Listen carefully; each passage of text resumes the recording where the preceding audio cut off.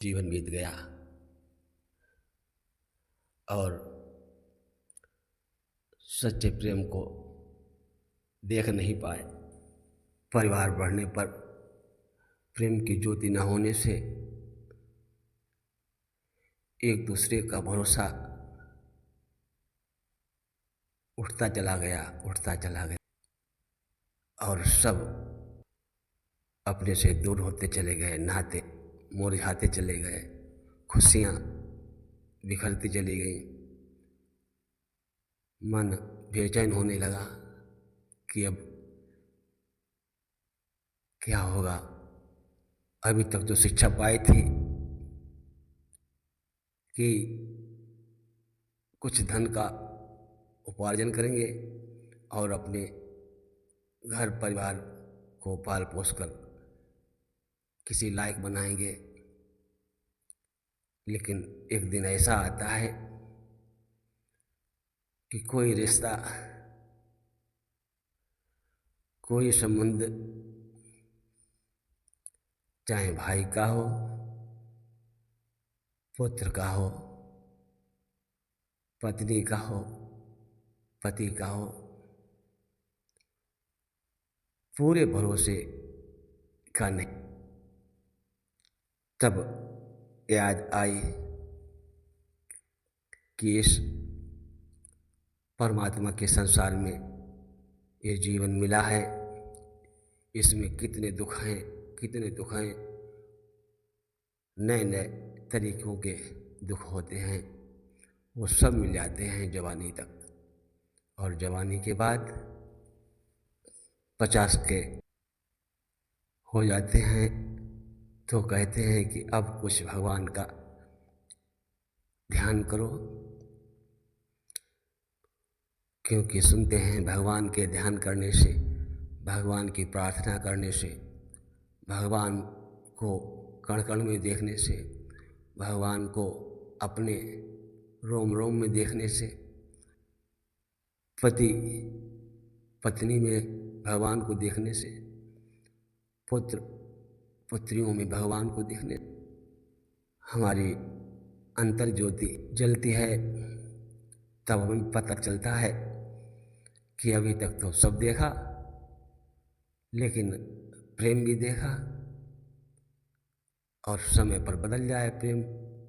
ऐसे प्रेम का क्या मतलब? हाँ, माता पिता का प्रेम, ऐसा प्रेम इस संसार में हमने कहीं नहीं देखा। उसका मतलब यह है कि माता पिता इस संसार में आपके भगवान हैं। वो माता पिता एक ऐसा द्वार है जिससे हम निकलकर इस परमात्मा के सुख और दुख के साथ जीवन का नया नया अनुभव करके और जीवन से मृत्यु तक का सफर तय करते हैं। इस कारण से प्रेम का अंतर समझ में आता है कि माँ और पिता का प्रेम होता है, करते नहीं हैं माता पिता, और बच्चों का प्रेम होता नहीं है, बच्चे प्रेम करते हैं। और जो प्रेम किया जाता है उस प्रेम का क्या भरोसा, वो कभी भी बंद हो जाएगा। और जो होता है वो होता है, वो परमात्मा का साक्षात प्रेम है जो स्वतः होता है। और जो स्वतः प्रेम होता है उसमें परमात्मा की झलक होती है। यही माता पिता में हमने देखा है और यही अनुभव किया है। बाकी नाते रिश्ते सब हैं तो भगवान के ही रूप, लेकिन संस्कार घर से, गांव से, भीड़ से ऐसे पाते हैं बच्चे जो आगे चलकर अपनी अपनी दुनिया बसा लेते हैं। तब व्यक्ति टूट कर ये कहता है, ये प्रभु मुश्किलें होती हैं, आसान बड़ी मुश्किल से और आदमी बनता है इंसान बड़ी मुश्किल से। मिलने को तो भगवान भी मिल जाते हैं, लेकिन आँख कर सकती है पहचान बड़ी मुश्किल से। माता पिता भगवान हैं बच्चे के लिए, और माता पिता के लिए बच्चे भगवान का अमूल्य वरदान है, अमूल्य उपहार हैं। और उस भगवान के उपहार को माता पिता अपने हृदय से लगाकर बच्चों का भरण पोषण, उनकी सुंदरता, उनकी शिक्षा, उनकी देख रेख करते रहते हैं, लेकिन उनका बदला किसको आज तक मिला है? नहीं मिला। तो जैसे माता पिता का प्रेम होता है, ऐसे ही परमात्मा का प्रेम होता है। परमात्मा का प्रेम ऐसा नहीं जो मनुष्य जैसा हो कि प्रेम करे, कभी बंद कर दे, कभी प्रेम करे, कभी भूल जाए। उसका तो प्रेम सदा है, उसी को कहते हैं सनातन। सनातन का मतलब है कि जो ज्योतियों का ज्योति है, सबसे प्रथम जो भासता अव्यय सनातन दिव्य दीपक सर्व विश्व प्रकाशता। एक ही ज्योति से संसार और ब्रह्मांड सभी व्याप्त है। हर देश में तू, हर भेष में तू, तेरे रूप अनेक तू एक ही है, तेरे रूप अनेक तू एक ही है।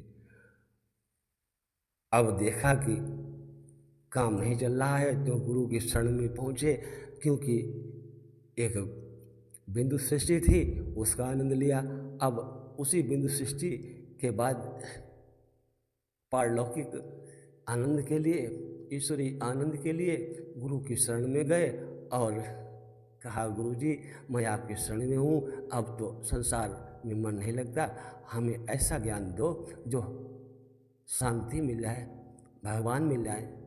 तो गुरु कृपा करके कहते हैं कि ठीक। तब कोई मंत्र देके और सर पे आशीर्वाद देके हाथ रख कर के कहते हैं कि जाओ बेटा, तुम्हारा कल्याण हो जाएगा। तब भगवान का ध्यान करते हैं और करते करते ध्यान यदि संसार का सहयोग मिल गया, बच्चों का सहयोग मिल गया, तो व्यक्ति का कल्याण हो जाता है। और प्रार्थना करने से भगवान मिलते हैं, ध्यान करने से भगवान मिलते हैं, ऐसा हमारे गुरुजनों ने कहा है। ईश्वर का ज्ञान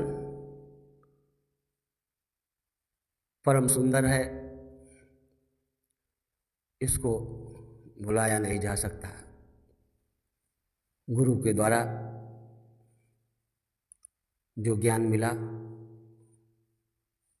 उससे सारे विकार दूर हो गए, क्योंकि गुरु की कृपा से बड़ी कोई कृपा नहीं होती है।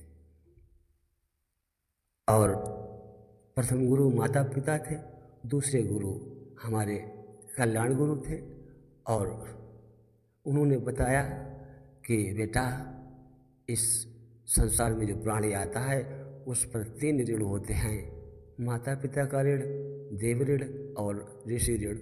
माता पिता का ऋण उनकी सेवा करके चुकाया जाता है, और देवताओं का ऋण उनकी प्रार्थना, ध्यान और पूजा करके चुकाया जाता है। और देव ऋण पूरे संसार में परमात्मा का रूप देखकर और उनसे प्रेम करना, और सब में देवता